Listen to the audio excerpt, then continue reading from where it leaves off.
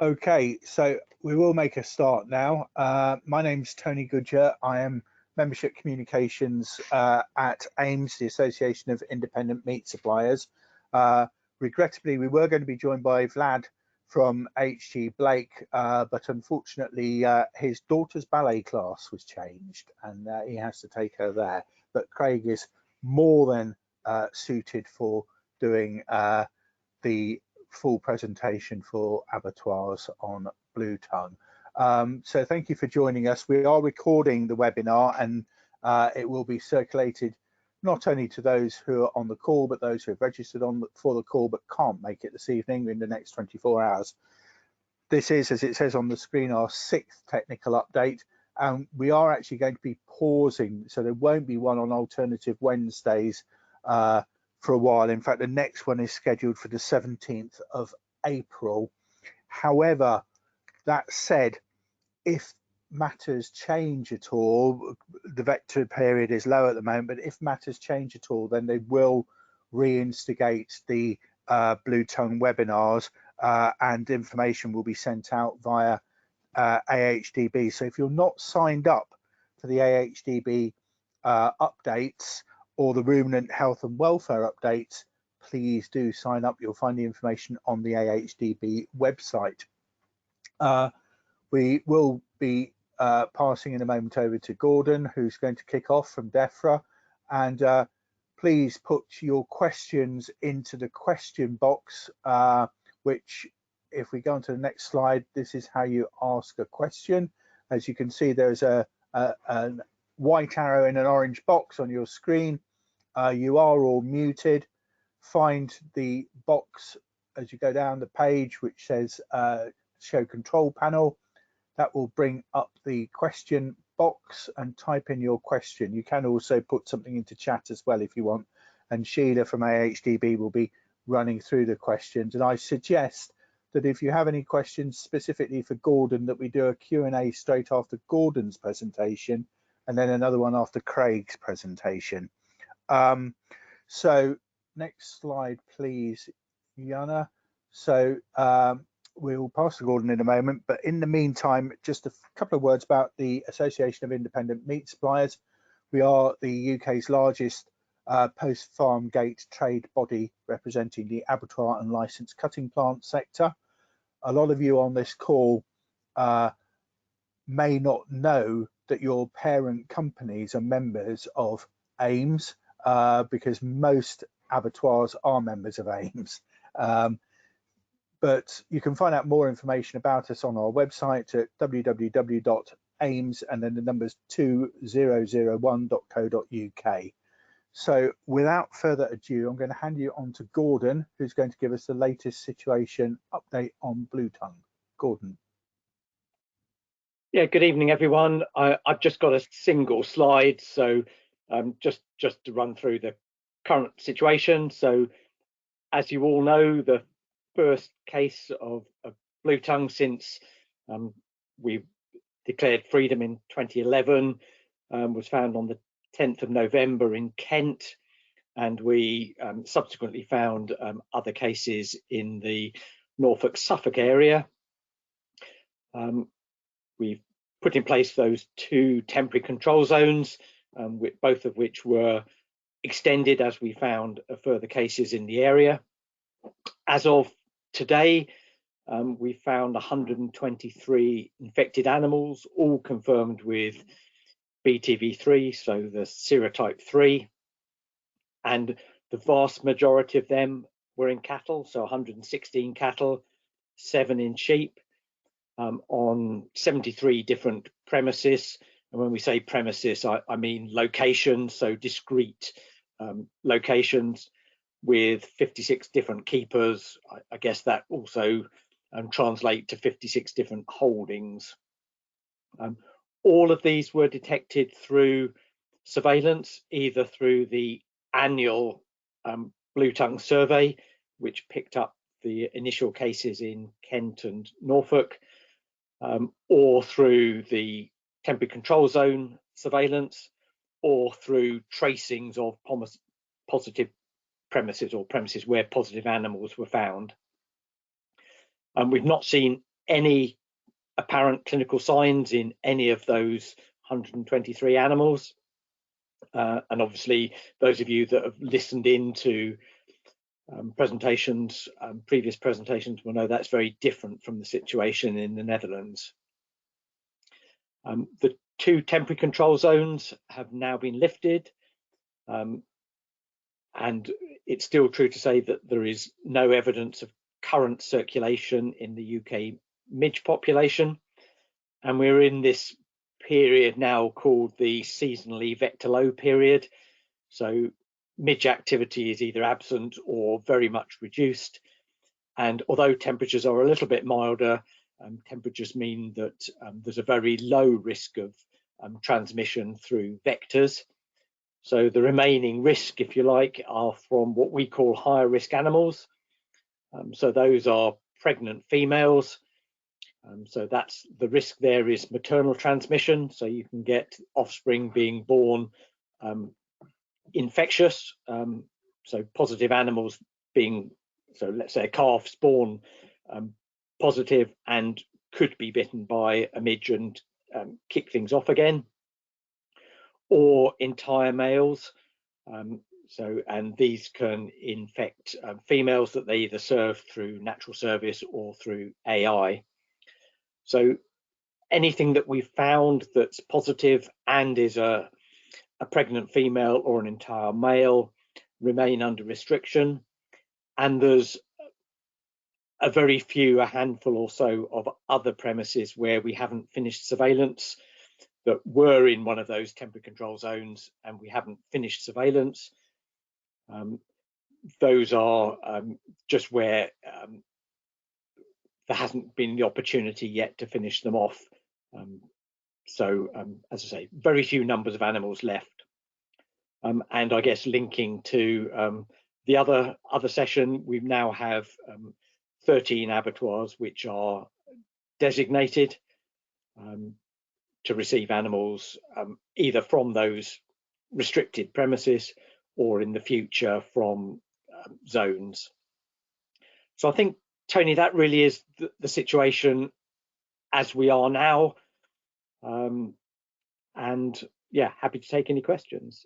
Thank you, Gordon. I'm just about to put into the chat a page from Gov UK, which has the 13 designated abattoirs on it, a list of those.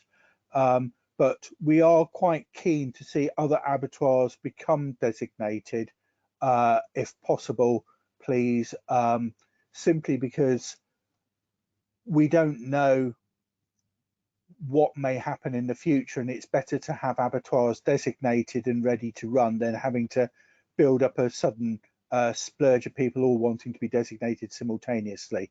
It just, I think, is better management of our abattoir resource if people sign up sooner rather than later. Absolutely, and I'd just encourage anyone just to endorse what Tony said. Those of you who can count, there's only 12 on that list at the moment, because I've literally only designated one today, and that'll go up tomorrow. But yeah. Okay, thank you for that. So Sheila, have we got any questions in the question box for Gordon? If not, we'll move on to Craig. Yep, we do. We have a question about any news about a vaccine for Bluetongue 3. So we're actively liaising with pharmaceutical companies. We know a number of them are working on vaccines. I think it's true to say that it's highly unlikely that anything will be available for this high-risk season. So we're hopeful something might be available come the autumn, but it won't be soon enough for this vector season. Remember, even if they are able to make one that works, and you've then got to get the evidence base together to present to the VMD in order for it to be authorized, and even when it's authorized, obviously it's then got to go into production. So there might, it's unlikely that any sort of volume or bulk of vaccines will be available. So I'm very hopeful there will be some, hopefully more than one, to put a bit of competition into the market. But nothing as yet, and I'm not aware of any vaccine that's yet been put into an animal for challenge testing or anything. Okay, thank you for that response. Next question: what is Defra's preparedness for a widespread outbreak this spring? So that's an interesting question. So it depends on the size of the outbreak, obviously. If you look at the scale of something that, if you look at the Netherlands and how quickly that spread, it would clearly be a challenge. We would likely put in place the normal zones that we talk about and undertake surveillance in those areas. It's very unlikely that we would cull more than the first few animals, so that obviously is a different sort of resource input. So any very large outbreak, whether it's avian influenza, Bluetongue or FMD, will always put a challenge on APHA resources. Okay, thank you. And next question: can abattoirs meet with Defra to discuss risk assessments and plant-specific conditions? So the best route is to talk to the FSA or FSS in Scotland, because ultimately they're the ones that will advise us on whether the criteria are met. If there are specific questions, to be honest, I'd prefer you went through AIMS or BMPA and we get a consolidated list of issues and questions. I'm not saying that I won't meet with people, but I think it's probably best to go through those channels rather than pick off individual things. We are aware that there is one particular issue that is a constraint to designation, and that relates to the daily removal of farmyard manure or litter and manure from those abattoirs from the lairage. We are actively looking at whether that's something that we can derogate from or remove from the designation altogether. I think it's unlikely we'll change any of the other measures, but that's one that we are actively looking at, because I know it is an issue, particularly for abattoirs where there's two lairages, particularly in the same sort of airspace or close together. And I know a lot of the plants now only remove once a week, so that's one we are looking at.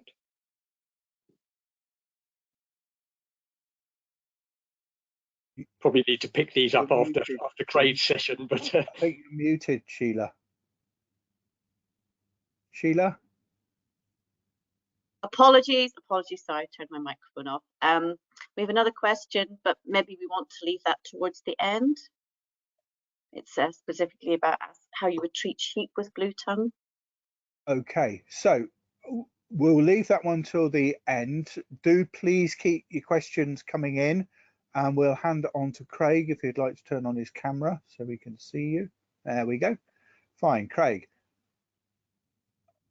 Hi, good evening, everybody. I think a few people know me. I'm Craig Kirby. I'm a vet and I'm the head of technical at AIMS, and we've been fielding some queries, as Gordon just suggested, from members going through the designation process.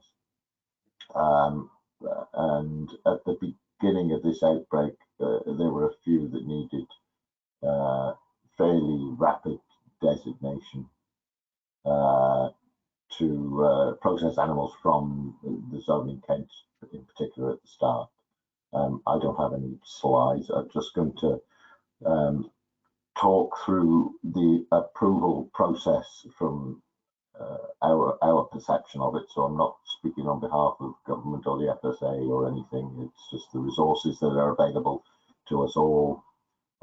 There's the starting point is an application form, and the application form is split up into 4 bits. and then a sort of annex. It's a nice 12-page form, this one. It could have been a lot longer, I guess. The first part is just relating to you and the business and your location and co-located holdings and that sort of thing. And then it gets into the second section, which is the OV checklist, and you think, well, what are they checking against? What have we got to do? And so there is guidance in the FSA's own manual for official controls on a whole raft of notifiable diseases, which Bluetongue is one. And one of the sections is about designation of slaughterhouses. Now, I don't think in the red meat sector we've come across this an awful lot compared to the poultry sector, where you've got a sort of sleeping designation. So when there wasn't a particular disease situation in the country at the time, you had a designation, but it was sort of dormant until you have a disease outbreak, which we hope there's not going to be any. And the same now applies to the Bluetongue designation. So now we're in a lull, as Gordon described, and the colder weather led to reduced midge activity, and also no indication at the moment that the disease is spreading through the midge population. It might be worth having a think about what you could or couldn't do to try and meet the criteria, which are all about, as usual, minimizing the spread of disease. It's slightly different to other notifiable diseases in cattle, sheep, and in pigs and other species, where we're worried about direct contact and waste going back to farms if lorries aren't cleansed and disinfected adequately.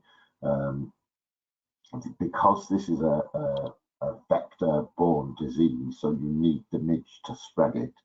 It's more likely that if the controls lapse and you as a business are not in a zone, but you're receiving stuff from a zone under movement license, you're starting to worry about a risk of introduction of infection into the midge population and then subsequent animal population in that area.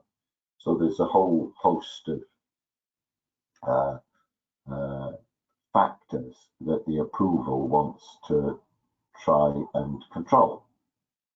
So one of them, or two of them, relate to not having animals from any of the restricted zones hanging around for too long if you're going to slaughter them. We're just talking cattle and sheep.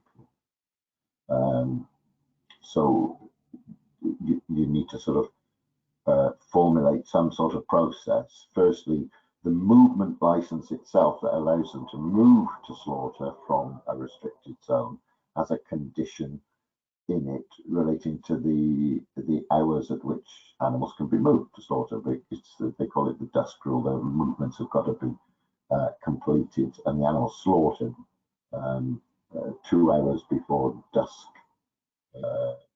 ensues. They're basically looking at daylight movement.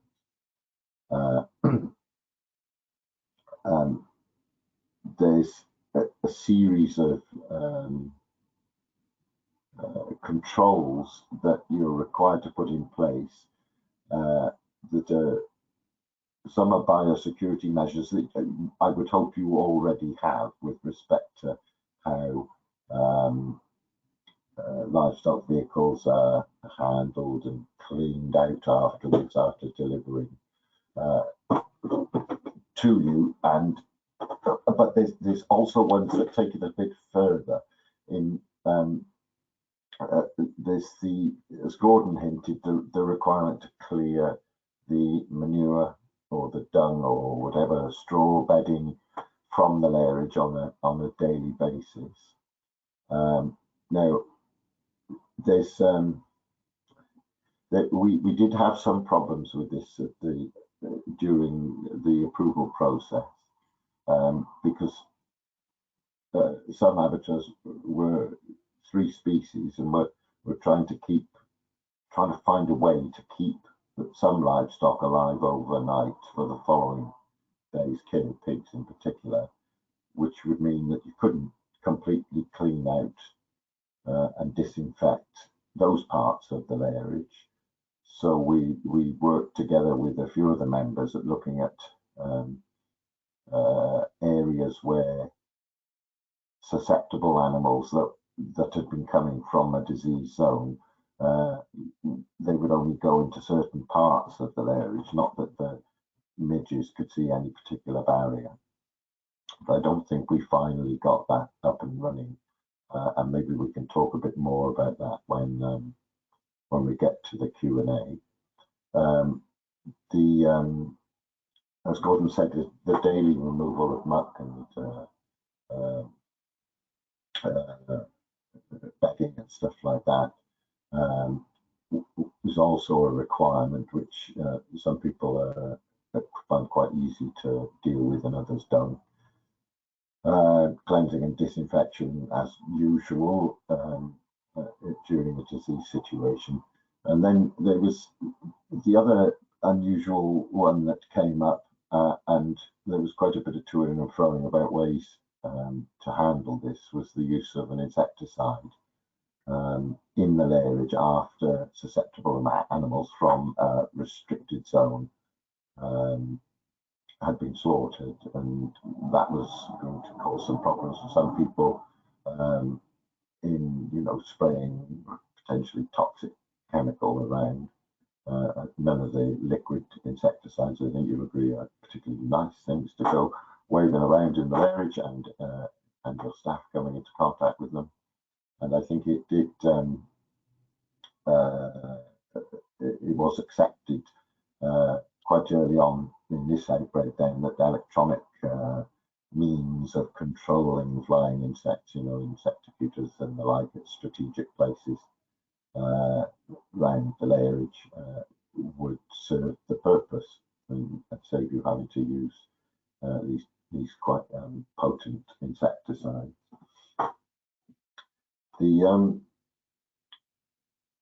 So they were the series of sort of conditions that you have to consider and put in place for when we are in a disease situation. So the OV, the second step of the process was the OV was to do a checklist marking off all of these. And then this was where we seemed to get some delays in the process. Then they had to be signed off subsequently by a more senior vet in the FSA. And there seemed to be a bit of toing and froing and certain messages lost in translation going back and forth. And then finally, when the FSA senior vet had agreed to grant the designation, or agreed to recommend to the minister to grant the designation, it then went to Defra to be signed off, and that was the process. Some of the members have clearly said to me, look, that's too much trouble, and more trouble than it's worth, not going to bother, which is their prerogative. But I think those that can meet the conditions relatively easily and straightforward should look at it. It's a useful thing to have as a dormant designation, if you like, ready to activate if we have ongoing disease coming into further on into the year. The great thing about Bluetongue from an abattoir perspective is there's nothing at all wrong with the meat, and there's no restrictions on the meat, and there's no restrictions on exporting the meat or anything in relation to this disease compared to some other ones that we've had in the past. But that's probably, Tony, all I wanted to say going through the approval process and the designation of abattoirs. Okay, thank you, Craig. I was just having a quick scroll through the questions that were asked earlier, because one had sort of jumped into my mind, which was one from Anne Ratcliffe. Any news about the vaccine for Bluetongue? whilst Gordon answered that question, I would just like to tell you that the AHDB vaccine podcast for Bluetongue is being recorded this Friday and will be out early next week. We will be making the podcast available on the AHDB website. I'm a member of AHDB anymore.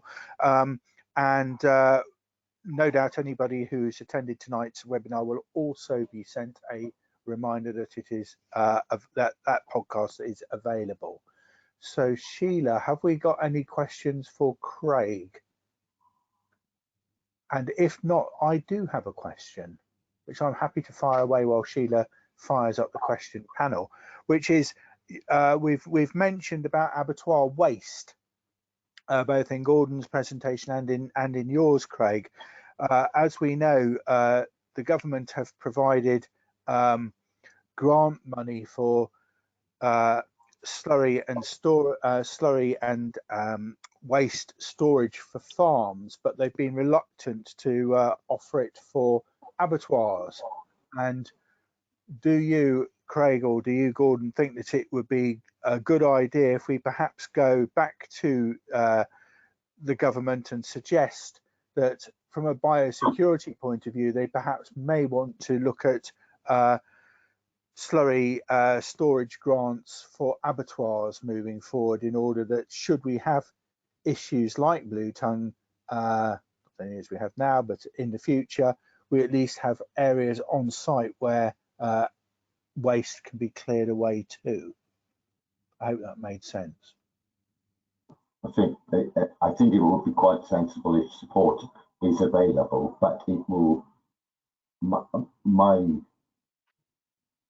impression is that it will be very much dependent on the site. Some of the more rural sites and the sort of farm type abattoirs would be more geared up to handle muck heaps, basically, that sort of thing, and compared to some of the more urban locations.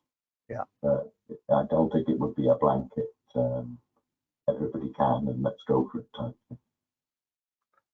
Gordon, do you want to add anything onto that? Well, it's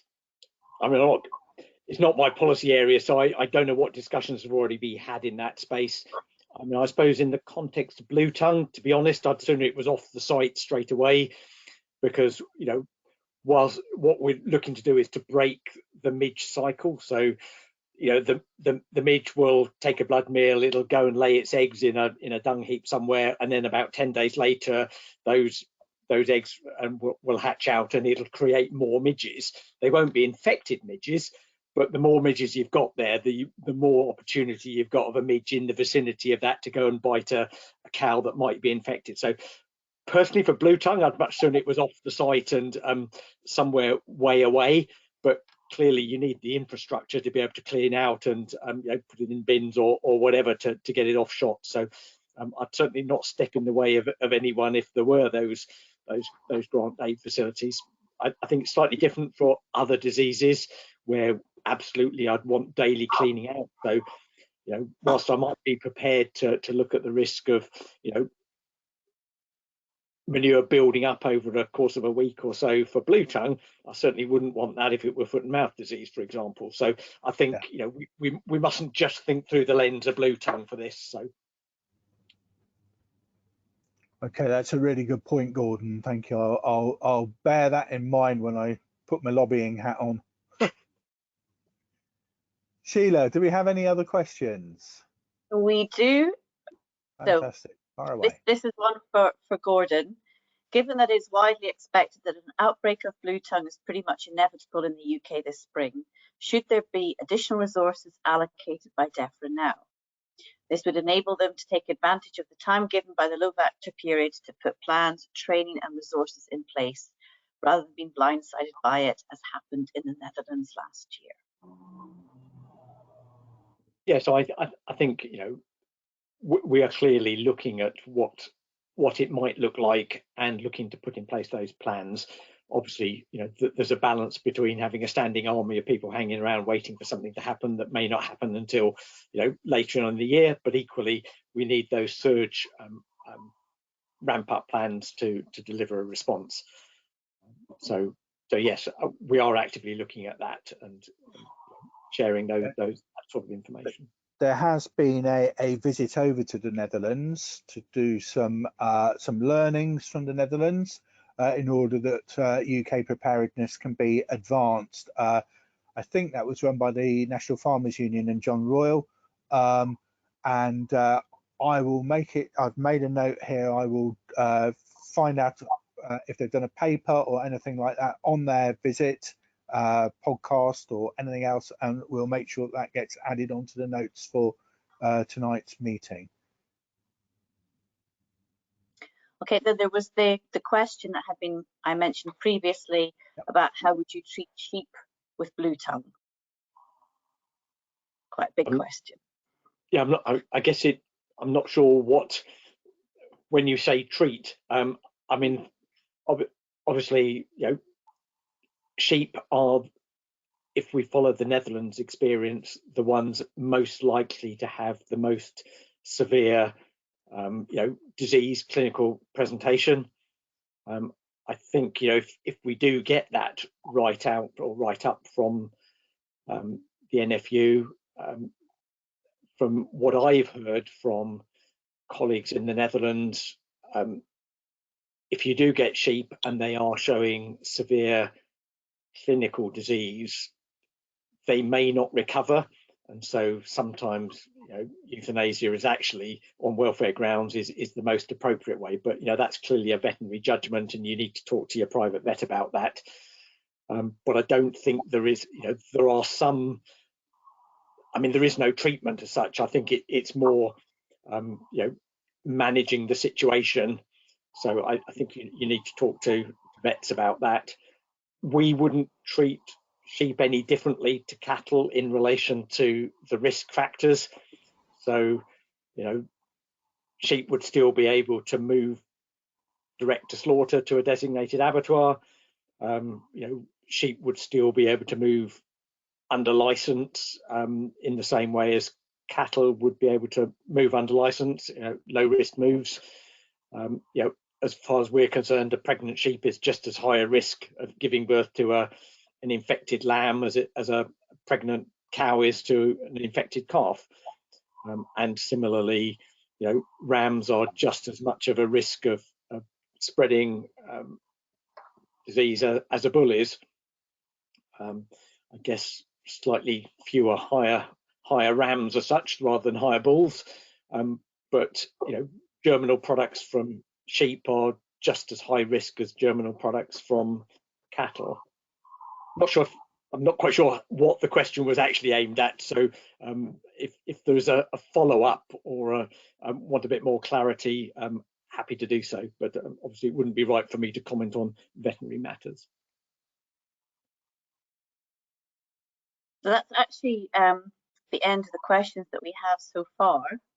Okay, I'm about to pop into the chat the lessons learned from the Netherlands link from NFU. Just so you know. Now, also in the meantime, Emily is going to put into the chat as well a link to the Bluetongue information sheet that's been produced. So, Emily, if you'd like to just pop that in there. Ooh, good Lord, there it is.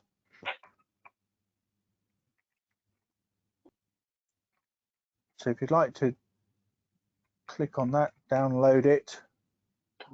Project Blue Blob.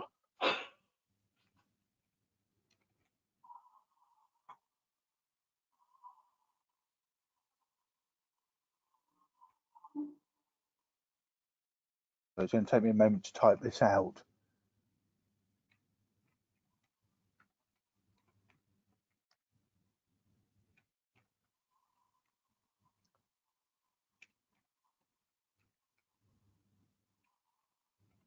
And I just wanted to remind everybody as well, the podcast on vaccines that was mentioned earlier, that's not only going to be available through AHDB channels, but also through the Ruminant Health and Welfare website. So go there for any resources relating to Bluetongue, please. Real right, I've popped that into there. into the chat and just check that it works. Yes, that does work. So Bluetongue lessons learned from the Netherlands. This is from the trip that the NFU made the other day, well, a couple of weeks ago, which I hope you'll find also of use. So if we have no more questions, you're going to get back a fair bit of your life back. So so Anne Radcliffe, who asked the question about treating sheep, is because her sheep are pets. Ah, right. So we don't treat, sheep are livestock. We don't treat pets any differently in terms of, disease control measures or surveillance or anything else like that. Obviously, there is more you can do with pet animals in terms of perhaps repellents and things like that to protect them, which wouldn't be possible in commercial situations. So that there may be some more you can do to protect those sheep in those circumstances. Thank you, Gordon. Craig, have you got anything else you'd like to add? No, as I say, any of the members that haven't gone through the process and considering it, or even want to have a chat to see whether we or they think it's viable, they know how to get hold of us, Tony. You're right. So. Yeah, and I'd like to stress the point that Craig made. So, in terms of C&D, we're not expecting anything more than we would expect, from normal activities. Maybe if a haulier is, wants to take advantage, would be wanting to leave the site without C&D and go back, that we don't allow that in this situation. We want them to be properly cleansed and disinfected on the site, but it's no more rigorous than normal. And please reach out through to Craig or colleagues if you're having issues or want a bit of advice.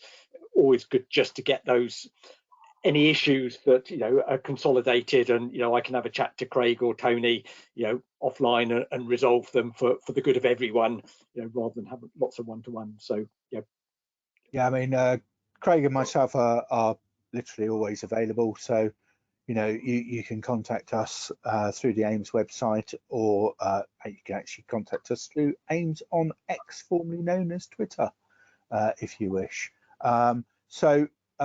If any of you are actually in the pub at the moment and told your spouses that you would be back at 7:30, you've got time for at least another drink. But failing that, I wish you all a good evening. Thank you very much for coming along this evening. I hope you found that interesting and useful. Gordon, thank you as ever for your input. Thank you, Craig, as well for your input, and Sheila on the questions. And obviously to Jana and Emily, who have been operating the GoToWebinar in the background. Thank you and good evening. Thank you, Tony. Cheers, guys. Thanks, Tony. Thanks, Gordon. Craig.